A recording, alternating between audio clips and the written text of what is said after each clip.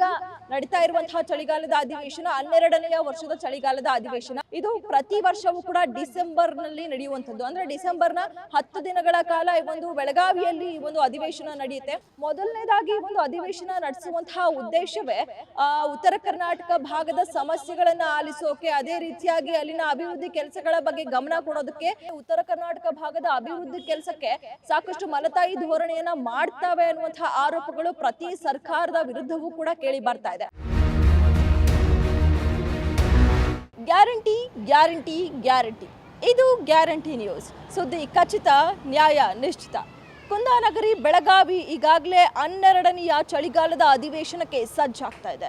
ಎಲ್ಲ ಅಂದರೆ ರಾಜ್ಯ ಸರ್ಕಾರ ಆಗಿರ್ಬೋದು, ಅದೇ ರೀತಿಯಾಗಿ ವಿಪಕ್ಷಗಳಾಗಿರ್ಬೋದು, ಎಲ್ಲರೂ ಕೂಡ ಈ ಒಂದು ಚಳಿಗಾಲದ ಅಧಿವೇಶನಕ್ಕೆ ಸಾಕಷ್ಟು ತಯಾರಿಯನ್ನು ಕೂಡ ನಡೆಸ್ಕೊಳ್ತಾ ಇದ್ದಾರೆ. ಅದೇ ರೀತಿಯಾಗಿ ವಿಪಕ್ಷಗಳು ಕಳೆದ 15 ದಿನಗಳಿಂದಲೂ ಕೂಡ ಸಭೆಗಳ ಮೇಲೆ ಸಭೆಯನ್ನು ಮಾಡಿ ಯಾವ ರೀತಿಯಾಗಿ ರಾಜ್ಯ ಸರ್ಕಾರವನ್ನು ಕಟ್ಟಿ ಹಾಕಬೇಕು ಅನ್ನುವಂತಹ ತಂತ್ರಗಾರಿಕೆಯನ್ನು ಕೂಡ ಈಗಾಗಲೇ ನಡೆಸಿರುವಂಥದ್ದು. ಸೊ ಹೀಗಾಗಿ ಒಂದು ಚಳಿಗಾಲದ ಅಧಿವೇಶನವನ್ನು ನಾವು ನೋಡೋದಾದ್ರೆ, ಈ ಒಂದು ಚಳಿಗಾಲದ ಅಧಿವೇಶನ 2006ರಿಂದ ಶುರುವಾಗಿದ್ದಂಥದ್ದು. ಈಗ ನಡೀತಾ ಇರುವಂತಹ ಚಳಿಗಾಲದ ಅಧಿವೇಶನ 12ನೇಯ ವರ್ಷದ ಚಳಿಗಾಲದ ಅಧಿವೇಶನ. ಅದೇ ರೀತಿಯಾಗಿ ಇದು ಪ್ರತಿ ವರ್ಷವೂ ಕೂಡ ಡಿಸೆಂಬರ್ನಲ್ಲಿ ನಡೆಯುವಂಥದ್ದು. ಅಂದರೆ ಡಿಸೆಂಬರ್ನ 10 ದಿನಗಳ ಕಾಲ ಈ ಒಂದು ಬೆಳಗಾವಿಯಲ್ಲಿ ಈ ಒಂದು ಅಧಿವೇಶನ ನಡೆಯುತ್ತೆ.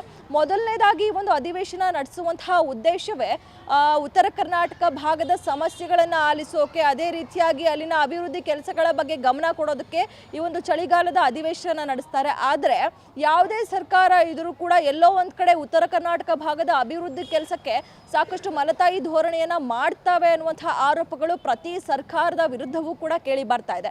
ಇದೀಗ 2024ರ ಚಳಿಗಾಲದ ಅಧಿವೇಶನದಲ್ಲಿ ಕೂಡ ಅಂದರೆ ಈಗಾಗಲೇ ಪ್ರಚಲಿತ ವಿದ್ಯಮಾನಗಳ ಬಗ್ಗೆ ಸಾಕಷ್ಟು ಈ ಒಂದು ಅಧಿವೇಶನದಲ್ಲಿ ಚರ್ಚೆ ಆಗುವಂಥದ್ದು, ಹಾಗೆ ಬಿಲ್ಗಳನ್ನು ಕೂಡ ಪಾಸ್ ಮಾಡುವಂಥದ್ದು. ಸೊ ಇದೀಗ ವಿಪಕ್ಷಗಳ ಕೈಲಿ ಇರುವಂತಹ ಅಸ್ತ್ರಗಳು ಯಾವ್ಯಾವುದು, ರಾಜ್ಯ ಸರ್ಕಾರವನ್ನು ಯಾವ ರೀತಿಯಾಗಿ ಕಟ್ಟಿ ಹಾಕೋಕೆ ತಂತ್ರಗಾರಿಕೆಯನ್ನು ನಡೆಸ್ತಾ ಇದ್ದಾವೆ ಅಂತ ನಾವು ನೋಡೋದಾದ್ರೆ, ಮೂಡ ಆಗಿರ್ಬೋದು, ವಾಲ್ಮೀಕಿ ಆಗಿರ್ಬೋದು, ಅದೇ ರೀತಿಯಾಗಿ ವಕ್ಫ್ ವಿವಾದ ಕೂಡ ಈಗ ವಿಪಕ್ಷಗಳ ಕೈಲೇ ಇರುವಂಥದ್ದು. ಅದೇ ರೀತಿಯಾಗಿ ಸರಣಿ ಬಾಣಂತಿಯರ ಸಾವು ಕೂಡ ಬಳ್ಳಾರಿಯಲ್ಲಿ ಆಗ್ತಾ ಇದೆ. ಸೊ ಎಲ್ಲ ವಿಚಾರವನ್ನ ಕೂಡ ಇಟ್ಕೊಂಡು ವಿಪಕ್ಷಗಳು ರಾಜ್ಯ ಸರ್ಕಾರವನ್ನು ಕಟ್ಟಿ ಹಾಕೋದಕ್ಕೆ ಸಾಕಷ್ಟು ಪ್ರಯತ್ನವನ್ನು ಕೂಡ ಮಾಡ್ತಾ ಇದೆ. ಅದೇ ರೀತಿಯಾಗಿ ಇವೆಲ್ಲವನ್ನ ಕೂಡ ಹೊರತುಪಡಿಸಿದ್ರೆ ಉತ್ತರ ಕರ್ನಾಟಕ ಭಾಗದಲ್ಲಿ ಏನು ಸಮಸ್ಯೆಗಳಿದೆ, ಯಾವ ರೀತಿಯಾಗಿ ಅಭಿವೃದ್ಧಿ ನಡೀತಾ ಇದೆಯಾ, ಇವೆಲ್ಲವನ್ನ ಕೂಡ ಆಲಿಸೋದಕ್ಕೆ ಎಲ್ಲೋ ಒಂದು ಕಡೆ ಒಂದು 10 ದಿನಗಳ ಕಾಲ ಸಾಕಾಗೋದಿಲ್ಲ ಅನ್ನುವಂಥದ್ದು. ಯಾಕಂದರೆ ಏನು ಪ್ರತಿ ವರ್ಷವೂ ಕೂಡ 10 ದಿನಗಳ ಕಾಲ ಮಾಡ್ತಾರೆ, ಆದರೆ ಈ ಒಂದು 10 ದಿನಗಳ ಕಾಲದಲ್ಲಿ ಉತ್ತರ ಕರ್ನಾಟಕದ ಭಾಗದ ವಿಷಯಗಳೇ ಮುನ್ನೆಲೆಗೆ ಬರೋದು ಬಹಳ ಕಡಿಮೆ. ಯಾಕಂದರೆ ಅಂದರೆ ರಾಜ್ಯದಲ್ಲಿ ಇರುವಂತಹ ಅಂದರೆ ವಕ್ಫ್ ಆಗಿರ್ಬೋದು, ವಕ್ಫ್ ಉತ್ತರ ಕರ್ನಾಟಕ ಭಾಗದ ರೈತರಿಗೆ ಸಾಕಷ್ಟು ಆತಂಕವನ್ನು ಸೃಷ್ಟಿ ಮಾಡಿತ್ತು. ಸೊ ವಕ್ಫ್ ವಿಚಾರ ಉತ್ತರ ಕರ್ನಾಟಕ ಭಾಗಕ್ಕೆ ಸಂಬಂಧಪಟ್ಟರೂ ಕೂಡ ಇನ್ನು ಮೂಡ ಆಗಿರ್ಬೋದು, ವಾಲ್ಮೀಕಿ ಆಗಿರ್ಬೋದು, ಇವೆಲ್ಲವೂ ಕೂಡ ಬೇರೆನೇ ಆಗಿರುತ್ತೆ. ಸೊ ಹೀಗಾಗಿ ಉತ್ತರ ಕರ್ನಾಟಕ ಭಾಗದ ಸಮಸ್ಯೆಗಳನ್ನು ಆಲಿಸೋಕೆ ಪ್ರತಿ ವರ್ಷವೂ ಕೂಡ ಎಲ್ಲೋ ಒಂದು ಕಡೆ ಸಮಯ ಬಹಳ ಕಡಿಮೆ ಆಗುತ್ತೆ ಅಂತಾನೆ ಹೇಳ್ಬೋದು. ಅದೇ ರೀತಿಯಾಗಿ ಇವರಿಬ್ಬರ ಅಂದರೆ ರಾಜ್ಯ ಸರ್ಕಾರ ಆಗಿರ್ಬೋದು, ವಿಪಕ್ಷ ಆಗಿರ್ಬೋದು, ಇವರಿಬ್ಬರ ಕಿತ್ತಾಟಗಳ ಮಧ್ಯೆ ಉತ್ತರ ಕರ್ನಾಟಕ ಭಾಗದ ಅಭಿವೃದ್ಧಿ ಅಲ್ಲೇ ಕುಂಠಿತವಾಗ್ತಾ ಇರುವಂಥದ್ದು ಪ್ರತಿ ವರ್ಷವೂ ಕೂಡ. ಸೊ ಈಗ ಅದೇ ರೀತಿಯಾಗಿ ಅಂದರೆ ವಿಪಕ್ಷಗಳು ಯಾವ ರೀತಿಯಾಗಿ ರಾಜ್ಯ ಸರ್ಕಾರವನ್ನು ಕಟ್ಟಿ ಹಾಕೋಕ್ಕೆ ಪ್ರಯತ್ನವನ್ನು ನಡೆಸ್ತಿದೆಯೋ, ಅದೇ ರೀತಿಯಾಗಿ ಇದೀಗ ಪ್ರತಿಭಟನಾಕಾರರು ಕೂಡ ಪ್ರತಿಭಟನೆಗಳನ್ನು ಮಾಡೋದಕ್ಕೆ ಈಗಾಗಲೇ ತುದಿಗಾಲಿನಲ್ಲಿ ನಿಂತಿದ್ದಾರೆ.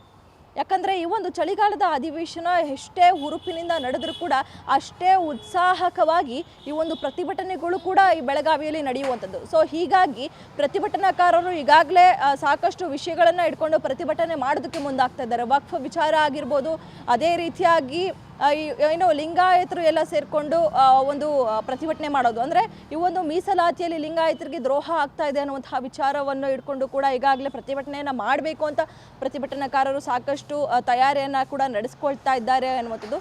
ಸೊ ಹೀಗಾಗಿ ಇತ್ತ ವಿಪಕ್ಷಗಳದ್ದು ಅದೇ ರೀತಿಯಾಗಿ ರಾಜ್ಯ ಸರ್ಕಾರದ್ದು ಕಚ್ಚಾಟ ಒಂದು ಕಡೆ ಆದರೆ, ಇತ್ತ ಪ್ರತಿಭಟನಾಕಾರರು ಕೂಡ ಸಾಕಷ್ಟು ಪ್ರತಿಭಟನೆಯನ್ನು ಮಾಡೋದಕ್ಕೆ ಈಗಾಗಲೇ ಸಾಕಷ್ಟು ಹುಮ್ಮಸ್ಸಿನಿಂದ ಕೂಡ ಇರುವಂಥದ್ದು. ಸೊ ಹೀಗಾಗಿ ಈ ವರ್ಷವಾದರೂ 10 ದಿನಗಳ ಕಾಲ ಏನು ಅಂದರೆ ಈಗ ಸೋಮವಾರದಿಂದ ನಡೆಯುವಂತಹ ಈ ಒಂದು ಚಳಿಗಾಲದ ಅಧಿವೇಶನ ಏನು 10 ದಿನಗಳ ಕಾಲ ನಡೆಯುತ್ತೋ, ಈ ಒಂದು 10 ದಿನಗಳ ಕಾಲದಲ್ಲಾದರೂ ಈ ಒಂದು ಉತ್ತರ ಕರ್ನಾಟಕ ಭಾಗದ ಅಭಿವೃದ್ಧಿ ಕಡೆ ಗಮನ ಹರಿಸುತ್ತಾ ಬಿಲ್ಗಳನ್ನು ಪಾಸ್ ಮಾಡುತ್ತಾ ರಾಜ್ಯ ಸರ್ಕಾರ ಅಂತ ಕಾದು ನೋಡಬೇಕಾಗಿದೆ. ಕ್ಯಾಮ್ರಾ ಪರ್ಸನ್ ಪಂಪಾಪತಿ ಜೊತೆ ಕವನ ಶಿವಣ್ಣ, ಗ್ಯಾರಂಟಿ ನ್ಯೂಸ್, ಬೆಂಗಳೂರು.